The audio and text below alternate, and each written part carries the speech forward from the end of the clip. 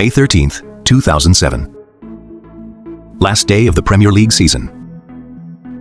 One goal decides who stays up and who goes down. The man who scores it isn't even supposed to be on the pitch. Because 2 years earlier, the club that signed him broke one of football's oldest rules and got caught. They didn't get punished properly. That decision is still costing them money today. August 2006. West Ham United, a mid-table club, signed two of South America's brightest young talents on transfer deadline day. Carlos Tevez, Javier Mascherano. Clubs like Real Madrid and Barcelona were circling. And somehow, they land at West Ham. On the surface, it looks like the transfer coup of the decade. Underneath it, it's something else entirely. Both players' contracts weren't fully owned by West Ham. Their economic rights belonged to offshore companies linked to agent Kia Jurabajian. West Ham didn't disclose this when they registered the players. The Premier League has a rule for exactly this. No outside party gets material influence over a club's team decisions. Full stop. Months later, the Premier League had opened an investigation. Here's where most clubs would expect the obvious punishment: a points deduction. In a relegation battle, that's a death sentence. West Ham were bottom of the table with 20 points. If this was a court case, the verdict practically writes itself.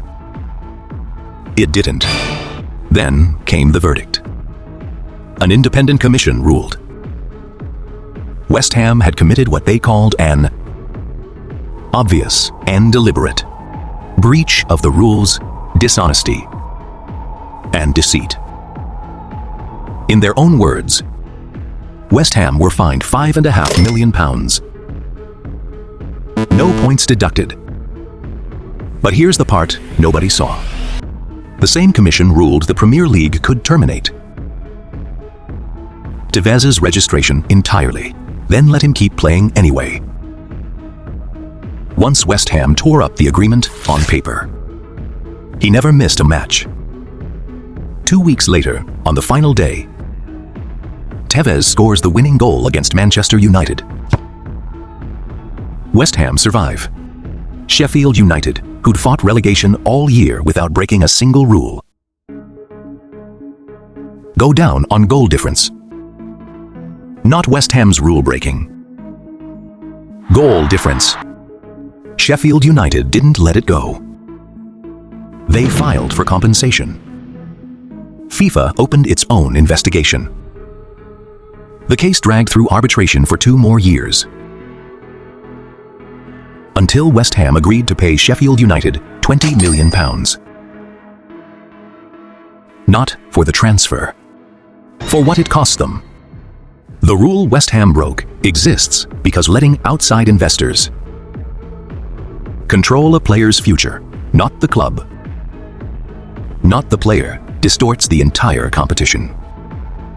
This case is the reason FIFA eventually banned third-party ownership worldwide. One deadline day deal rewrote the rulebook for every transfer after it.